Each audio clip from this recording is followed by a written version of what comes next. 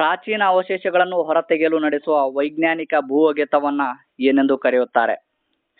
ಪ್ರಾಚೀನ ಅವಶೇಷಗಳನ್ನು ಹೊರತೆಗೆಯಲು ನಡೆಸುವ ವೈಜ್ಞಾನಿಕ ಭೂ ಅಗೆತವನ್ನ ಏನೆಂದು ಕರೆಯುತ್ತಾರೆ? ಆಯ್ಕೆಗಳು ನೋಡ್ತೀವಿ ಇಲ್ಲಿ. ಬೇಸಾಯ, ಗಣಿಗಾರಿಕೆ, ಉತ್ಪತನ, ಕೃಷಿ. ಹಾಗಾದ್ರೆ ಈ ಒಂದು ಕಾನ್ಸೆಪ್ಟ್ ಗೊತ್ತಿರಬೇಕು. ಹಳೆಯ ಕಾಲದ ಮನುಷ್ಯರು ಬಳಸಿದ ವಸ್ತುಗಳು, ಅವಶೇಷಗಳೆಂದ್ರೆ ಪುರಾತತ್ವ ಆಧಾರಗಳು. ಈ ಒಂದು ಪುರಾತತ್ವ ಆಧಾರಗಳು ಭೂಮಿಯ ಒಳಗೆ ಹೋತು ಹೋಗಿರ್ತಕ್ಕಂಥ ನೋಡ್ತೀವಿ. ಈ ಅವಶೇಷಗಳನ್ನ ಹೊರತೆಗೆಯಲು ನಡೆಸ್ತಕ್ಕಂತಹ ವೈಜ್ಞಾನಿಕ ಭೂ ಅಗೆತವನ್ನ ಏನೆಂದು ಕರೆಯುತ್ತಾರೆ ಅಂದ್ರೆ ಉತ್ಪತನ ಅಂತೇಳಿ ಕರೀತಕ್ಕಂಥದ್ದು. ಹಾಗಾಗಿ ಇದಕ್ಕೆ ಸರಿಯಾದ ಉತ್ತರ ಬಂದ್ಬಿಟ್ಟು ಆಪ್ಷನ್ ನಂಬರ್ ಸಿ. ಇದಕ್ಕೆ ಸರಿಯಾದ ಉತ್ತರ ಉತ್ಪತನ. ಅದೇ ರೀತಿಯಾಗಿ ನೆಕ್ಸ್ಟ್ ಪ್ರಶ್ನೆ, ಇತಿಹಾಸದಲ್ಲಿ ಒಂದು ಶತಮಾನ ಎಂದರೆ ಎಷ್ಟು? ಆಯ್ಕೆಗಳು ನೋಡ್ತೀವಿ. 10 ವರ್ಷ, 50 ವರ್ಷ, 100 ವರ್ಷ, 1000 ವರ್ಷ. ಇದಕ್ಕೆ ಸರಿಯಾದ ಉತ್ತರ ಒಂದು ಶತಮಾನ ಅಂದ್ರೆ ಇಲ್ಲೇ ನಾವು ನೋಡ್ತೀವಿ ಶತಮಾನ ಅಂದ್ರೆ 100 ವರ್ಷ. ಹಾಗಾಗಿ ಸರಿಯಾದ ಉತ್ತರ. ಪ್ರಶ್ನೆಯನ್ನ ಕಾಲಗಣನೆಯ ಮೇಲೆ ಕೇಳಿರ್ತಕ್ಕಂಥದ್ದು ನೋಡ್ತೀವಿ. ಹಾಗಾಗಿ ಬಹಳಷ್ಟು ಇಂಪಾರ್ಟೆಂಟ್ ಆಗಿರ್ತಕ್ಕಂಥದ್ದು.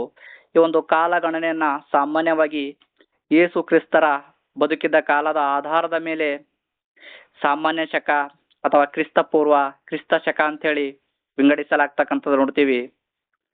ಹಾಗಾಗಿ ಬಹಳಷ್ಟು ಇಂಪಾರ್ಟೆಂಟ್ ಆಗಿರ್ತಕ್ಕಂಥದ್ದು. ಈ ಒಂದು ಕಾಲಗಣನೆಯನ್ನ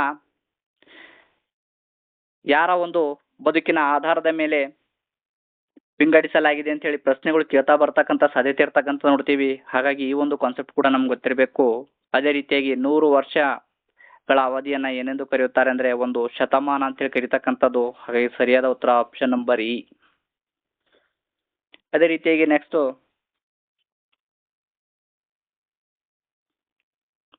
ಅಕ್ಷರವೇ ಪರಿಚಯವೇ ಇಲ್ಲದ ಕಾಲಘಟ್ಟವನ್ನು ಏನೆಂದು ಕರೆಯುತ್ತಾರೆ?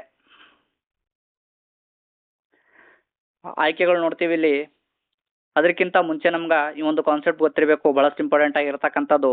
ಅಕ್ಷರಗಳ ಜ್ಞಾನದ ಆಧಾರದ ಮೇಲೆ ಇತಿಹಾಸವನ್ನ 3 ಭಾಗಗಳಾಗಿ ವಿಂಗಡಿಸಲಾಗಿದೆ ಅಂತ ಹೇಳಿ ನಮ್ಗೆ ಗೊತ್ತಿರಬೇಕು. ಯಾವುದರ ಆಧಾರದ ಮೇಲೆ ಅಂದ್ರೆ ಗೊತ್ತಿರಬೇಕು, ಬಹಳಷ್ಟು ಇಂಪಾರ್ಟೆಂಟ್ ಆಗಿರ್ತಕ್ಕಂಥದ್ದು.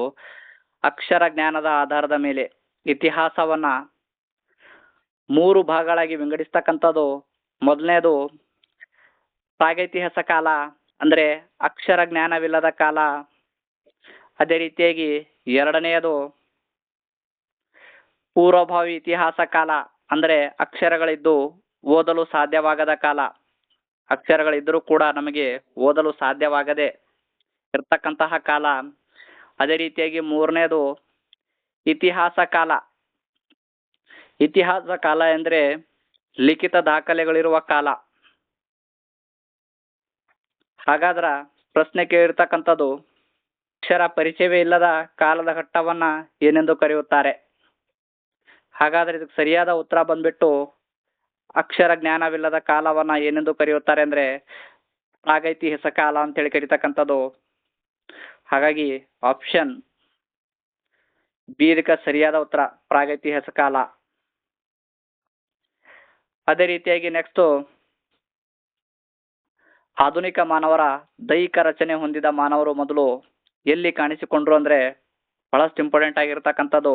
ಸುಮಾರು 18 ವರ್ಷಗಳ ಹಿಂದೆ ಮಾನವರ ವಿಕಾಸವಾಯಿತು ಅಂತ ಹೇಳಿ ನಮ್ಗೆ ಗೊತ್ತಿರಬೇಕು. ಅಂದ್ರೆ ಆಧುನಿಕ ಮಾನವರ ದೈಹಿಕ ರಚನೆ ಹೊಂದಿದ ಮಾನವರು ಮೊದಲು ಎಲ್ಲಿ ಕಾಣಿಸಿಕೊಂಡ್ರು ಅಂದ್ರೆ ದಕ್ಷಿಣ ಆಫ್ರಿಕಾದಲ್ಲಿ. ಬಹಳಷ್ಟು ಇಂಪಾರ್ಟೆಂಟ್ ಆಗಿರ್ತಕ್ಕಂಥದ್ದು. ಎಲ್ಲಿ ಅಂದ್ರೆ ದಕ್ಷಿಣ ಆಫ್ರಿಕಾದಲ್ಲಿ ಕಾಣಿಸಿಕೊಂಡ್ರು ಅಂತಕ್ಕಂಥದ್ದು. ಹಾಗಾದ್ರ ಒಂದು ಪ್ರಶ್ನೆಗೆ ಸರಿಯಾದ ಉತ್ತರ ಬಂದ್ಬಿಟ್ಟು ಆಪ್ಷನ್ ನಂಬರ್ ಬಿ ಇದಕ್ಕೆ ಸರಿಯಾದ ಉತ್ತರ. ದಕ್ಷಿಣ ಆಫ್ರಿಕಾದಲ್ಲಿ ಆಧುನಿಕ ಮಾನವರ ದೈಹಿಕ ರಚನೆ ಹೊಂದಿದ ಮಾನವರು ಮೊದಲು ಎಲ್ಲಿ ಕಾಣಿಸಿಕೊಂಡ್ರು ಅಂದ್ರೆ ದಕ್ಷಿಣ ಆಫ್ರಿಕಾದಲ್ಲಿ. ಅದೇ ರೀತಿಯಾಗಿ ನೆಕ್ಸ್ಟ್,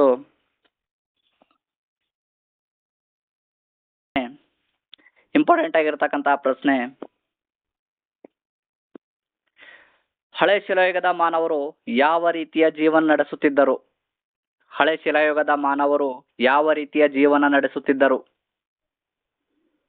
ಈ ಒಂದು ಪ್ರಶ್ನೆಗೆ ನಾವು ಉತ್ತರವನ್ನ ಕೊಡಬೇಕಾದ್ರೆ ನಮಗೆ ಹಳೆ ಶಿಲಾಯುಗದ ಬಗ್ಗೆ ಮಾಹಿತಿ ಇರಬೇಕು. ಬಹಳಷ್ಟು ಇಂಪಾರ್ಟೆಂಟ್ ಆಗಿರ್ತಕ್ಕಂಥದ್ದು ಈ ಒಂದು ಹಳೆ ಶಿಲಾಯುಗ. ಈ ಒಂದು ಹಳೆ ಶಿಲಾಯುಗದ ಮಾನವರು ಬಹಳಷ್ಟು ಇಂಪಾರ್ಟೆಂಟ್ ಆಗಿರ್ತಕ್ಕಂಥದ್ದು ಅಲೆಮಾರಿಗಳಾಗಿದ್ದರು ಅಂತಕ್ಕಂಥದ್ದು. ಅಲೆಮಾರಿಗಳು ಅಂದ್ರೆ ನಮ್ಗೆ ಗೊತ್ತಿರಬೇಕು, ಅಂದ್ರೆ ಅವರು ಆಹಾರ ಹುಡುಕುತ್ತಾ ಒಂದು ಕಡೆಯಿಂದ ಇನ್ನೊಂದು ಕಡೆಗೆ ಅಲಿಯುತ್ತಿದ್ದರು. ಹಾಗಾಗಿ ಈ ಒಂದು ಹಳೆ ಶಿಲಾಯುಗದ ಮಾನವರನ್ನ ಅಲೆಮಾರಿಗಳು ಅಂತೇಳಿ ಕರೀತಕ್ಕಂಥದ್ದು. ಹಾಗಾದ್ರ ಈ ಒಂದು ಹಳೆ ಶಿಲಾಯುಗದ ಮಾನವರು ಅಲೆಮಾರಿಗಳಾಗಿದ್ದರು. ಇವರು ಹಣ್ಣು ಗೆಡ್ಡೆ ಗೆಣಸುಗಳನ್ನ ತಿಂದು ಗವಿಗಳಲ್ಲಿ ವಾಸಿಸುತ್ತಿದ್ದರು ಅಂತ ಹೇಳಿ ನಮ್ಗೆ ಗೊತ್ತಿರಬೇಕು. ಬಹಳಷ್ಟು ಇಂಪಾರ್ಟೆಂಟ್ ಆಗಿರತಕ್ಕಂಥದ್ದು ಈ ಒಂದು ಹಳೆ ಶಿಲಾಯುಗದ ಕಾಲದ ಕೊನೆಯಲ್ಲಿ ಏನಂತಂದ್ರ ಬಹಳಷ್ಟು ಇಂಪಾರ್ಟೆಂಟ್ ಆಗಿರ್ತಕ್ಕಂಥದ್ದು ಬೆಂಕಿಯ ಪರಿಚಯ ಮೊದಲ ಬಾರಿಗೆ ಆಗ್ತಕ್ಕಂಥದ್ದು. ಇದರ ಮೇಲೆ ಕೂಡ ಪ್ರಶ್ನೆಗಳು ಕೇಳ್ತಾ ಬರ್ತಕ್ಕಂಥ ಸಾಧ್ಯತೆ ಇರ್ತಕ್ಕಂಥದ್ದು ನೋಡ್ತೀವಿ. ಹಾಗಾಗಿ ಬಹಳಷ್ಟು ಇಂಪಾರ್ಟೆಂಟ್ ಆಗಿರ್ತಕ್ಕಂಥದ್ದು ಇನ್ನೊಂದು ಬಾರಿ ನೋಡೋದಾದ್ರೆ ಹಳೆ ಶಿಲಾಯುಗದ ಮಾನವರು ಅಲೆಮಾರಿಗಳಾಗಿದ್ರು ಅಂತ ಹೇಳಿ ನಾವು ನೋಡ್ತೀವಿ. ಇವರು ಗೆಡ್ಡೆ ಗೆಣಸುಗಳು ಹಣ್ಣು ಹಂಪರುಗಳನ್ನ ತಿಂದು ಗವಿಗಳಲ್ಲಿ ವಾಸಿಸುತ್ತಿದ್ದರು. ಅದೇ ರೀತಿಯಾಗಿ ಒಂದು ಹಳೆ ಶಿಲಾಯುಗದ ಕಾಲದ ಕೊನೆಯಲ್ಲಿ ಬೆಂಕಿಯ ಪರಿಚಯ ಮೊದಲ ಬಾರಿಗೆ ಆಯಿತು ಅಂತ ಹೇಳಿ ನಮ್ಗೆ ಗೊತ್ತಿರಬೇಕು. ಬಹಳಷ್ಟು ಇಂಪಾರ್ಟೆಂಟ್ ಆಗಿರ್ತಕ್ಕಂಥದ್ದು ಈ ಒಂದು ಹಳೆ ಶಿಲಾಯುಗದ ಮಾನವರು ಆಹಾರಕ್ಕಾಗಿ ಇವರು ಒಂದು ಕಡೆಯಿಂದ ಇನ್ನೊಂದು ಕಡೆಗೆ ಅಲಿತಾ ಇದ್ರು. ಹಾಗಾಗಿ ಇವರನ್ನ ಅಲೆಮಾರಿ ಜೀವನ ಅಂತ ಹೇಳಿ ಕರೀತಕ್ಕಂಥದ್ದು ನೋಡ್ತೀವಿ. ಹಾಗಾದ್ರೆ ಪ್ರಶ್ನೆ ಕೇಳಿರ್ತಕ್ಕಂಥದ್ದು ಹಳೆ ಶಿಲಾಯುಗದ ಮಾನವರು ಯಾವ ರೀತಿಯ ಜೀವನವನ್ನು ನಡೆಸುತ್ತಿದ್ದರು ಅಂತಕ್ಕಂಥದ್ದು. ಇಲ್ಲಿ ಆಯ್ಕೆಗಳು ನೋಡ್ತೀವಿ: ಸ್ಥಿರ ಜೀವನ, ಅಲೆಮಾರಿ ಜೀವನ, ನಗರ ಜೀವನ, ಕೃಷಿ ಜೀವನ. ಸರಿಯಾದ ಉತ್ತರ ಬಂದ್ಬಿಟ್ಟು ಆಪ್ಷನ್ ನಂಬರ್ ಬಿ, ಅಲೆಮಾರಿ ಜೀವನವನ್ನ ನಡೆಸ್ತಾ ಇದ್ರು. ಅಂದ್ರೆ ಆಹಾರಕ್ಕಾಗಿ ಇವರು ಒಂದು ಕಡೆಯಿಂದ ಇನ್ನೊಂದು ಕಡೆಗೆ ಹೋಗ್ತಾ ಇದ್ರು. ಇವರನ್ನ ಅಲೆಮಾರಿಗಳು ಅಂತೇಳಿ ಕರಿತಾ ಇದ್ರು. ಹಾಗಾಗಿ ಇವರ ಜೀವನ ಏನದಂದ್ರ ಅಲೆಮಾರಿ ಜೀವನ ಅಂತೇಳಿ ಇಲ್ಲಿ ಕರಿತಕ್ಕಂಥದ್ದು ನೋಡ್ತೀವಿ. ಹಾಗಾಗಿ ಆಪ್ಷನ್ ನಂಬರ್ ಬಿ ಇದಕ್ಕೆ ಸರಿಯಾದ ಉತ್ತರ.